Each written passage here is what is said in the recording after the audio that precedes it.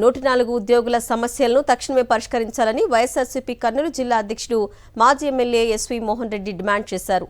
కర్నూలు ధర్నా చౌక్ వద్ద 104 ఉద్యోగులు ఆందోళనకు ఎస్వి మోహన్ రెడ్డి మద్దతిచ్చారు.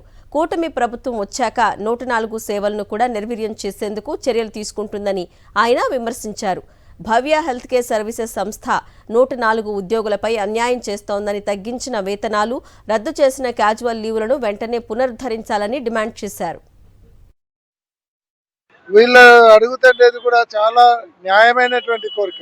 ఈరోజు భవ్య ఏజెన్సీస్ వచ్చిన తర్వాత వాళ్ళు గవర్నమెంట్ రూల్స్ ఫాలో కాకుండా, కార్మిక చట్టాలు ఫాలో కాకుండా మా సొంత చట్టాలతో మేము నడుపుతాము, మా రూల్స్ మావే అనేటువంటి విపరీతమైన ధోరణిలో పోతున్నారు. కానీ ఇది మంచి పద్ధతి కాదు. కార్మికులకు అనే వాళ్ళకు కొన్ని హక్కులు ఉంటాయి. ఆ హక్కులు ఖచ్చితంగా పాటించాలి ఎవడైనా సరే. ఈరోజు వాళ్ళు పాటించినప్పుడు ప్రభుత్వం వాళ్ళు ఇంప్లిమెంట్ చేసేలాగా ప్రభుత్వం వాళ్ళ మీద అజమాయిషీ చేయాలి. అంతేగాని ఈరోజు కార్మికుల్ని ఇబ్బంది పెట్టే పరిస్థితి రాకూడదు. ఈరోజు ఏ ఎంప్లాయీకైనా, ఈవెన్ గౌండాలు కూడా వారానికి 2 రోజులు 1 రోజు సెలవు తీసుకుంటారు. ఈరోజు 104 ఉద్యోగులకు 30 రోజులు పనిచేయాలి, వాళ్ళకి సెలవులు లేవంటున్నారు.